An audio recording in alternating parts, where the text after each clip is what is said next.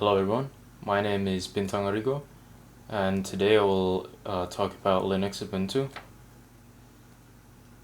So Ubuntu is a Debian-based Linux operating system for personal computers, tablets, and smartphones. Ubuntu was published by Canonical Limited, who offer commercial support.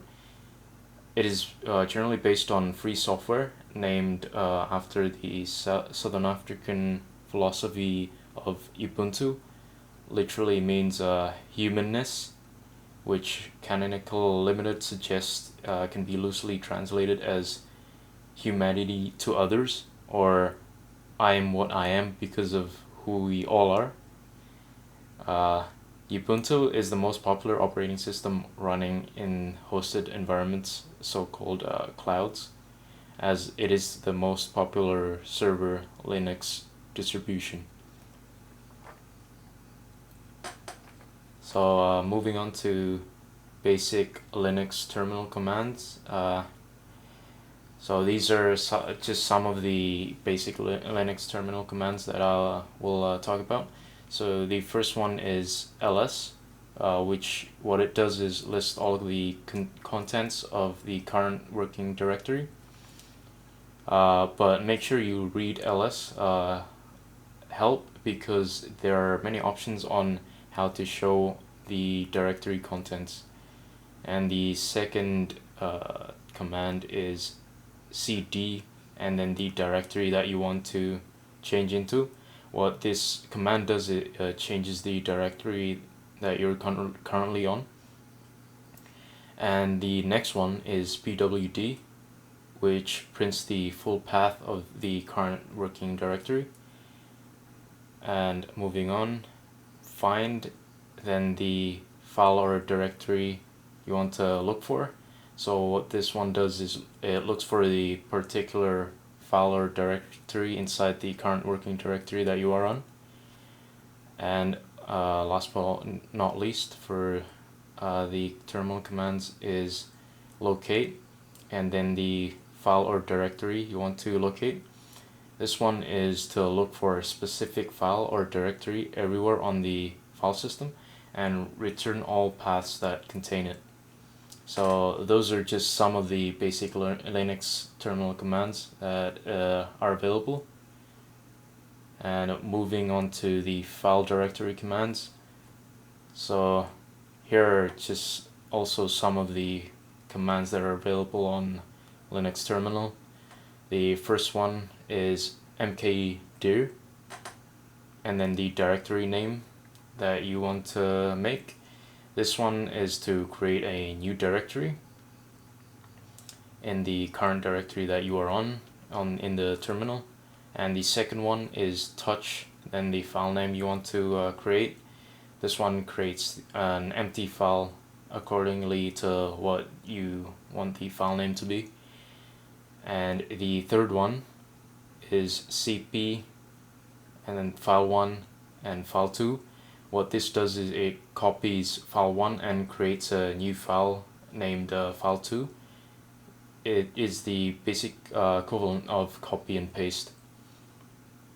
And moving on, the next one is mv, and then the directory 1 and then file1, and directory 2 and file2, or file2.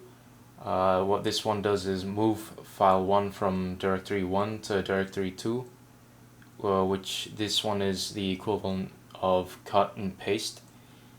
And moving on, the next one is rm, and then the file name that you want to delete. This one, of course, deletes the file that you want to delete. And the second last one is zip, and then archive.zip, and the file. This creates a zip folder that contains a compressed file. And last but not least, unzip, the archive. It unzips a compressed folder. So now moving on to security in Linux, particularly the access rights. So in Linux, it is possible to view the access rights of a file by using command ls-l and then the directory. As you can see in the picture here, this is what it comes up with. It shows the access rights of the files, including the file that are available in that directory. So the first character shows the type. If it is empty, then it is a file, but if it has a letter D, then it is a directory. The next three characters shows the access rights of the current user, then the three next characters after that shows the access rights for its group, and the last three characters shows the access rights for the other users. So each character has an access right value which is as follows: R, which is to read, equals 4, W, which is to write, equals 2, and X, which is to execute, equals 1. As you can see here, I've made a table showing the access right characters and the value. So by combining the characters that I mentioned before, R, W, and X, you're able to set a particular access right to a directory or file. So as you can see here, for example, R -- has a value of 4, and what this one means is you're able to read. And as you can see, the other ones as well. And moving on to access rights, changing file access rights. So in Linux, it is possible to change access rights for a file or directory by accessing the terminal and typing the command chmod, and then the access right, and then the file name or directory. So for example, first of all, we want to check the file permissions present in directory documents. We can do this by typing ls-l and then documents, and then it will show the file permissions present in that file directory. As you can see in this one, it'll similarly show something like this. So let's say there's a file named test.txt in that directory with the access right of -rw -r --r, which means it has a 644 value. So for the simplicity of the example, we can change this the access right of this file by using chmod and then the access right value, but for this case we'll just use 744.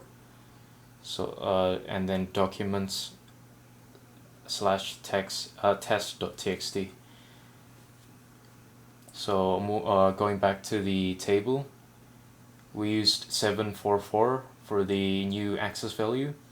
So what this is we used value 7, which is rwx, being able to read, write, and execute, and the next one 4, which is r --, which means it is able to read, and the last one is also 4, so r --, which has the same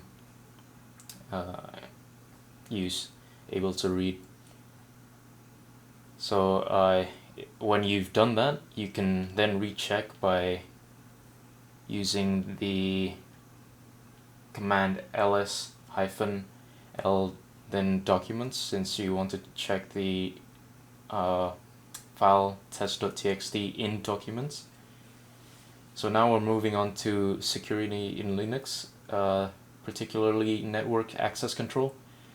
So Linux has a firewall. This firewall presents itself as a tool that protects a network system from the ever-present threats and disturbances that are present through internet networks, which are susceptible to any forms of danger. It its function is to restrict permissions and manage the rules between the internal and the external network and vice versa.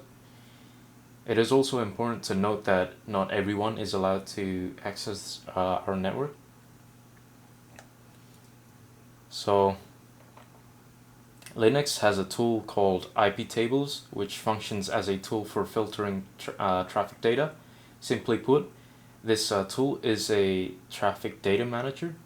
With IP tables, we are able to manage all the traffic in our computers, whether it is going in the computer or out of the computer, or even the ones just passing by our computer.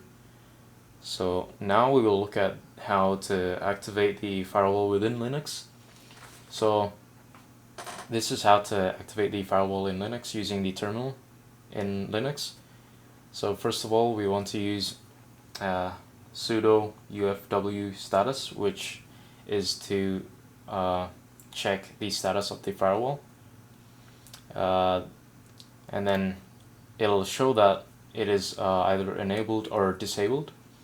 If it is disabled, then we can use the second command, which is sudo ufw enable.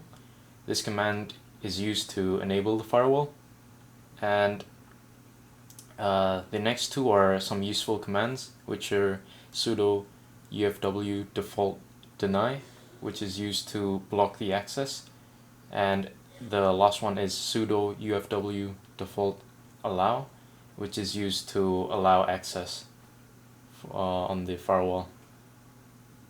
And I think that is all for my Linux Ubuntu video. I hope you enjoyed, and see you next time.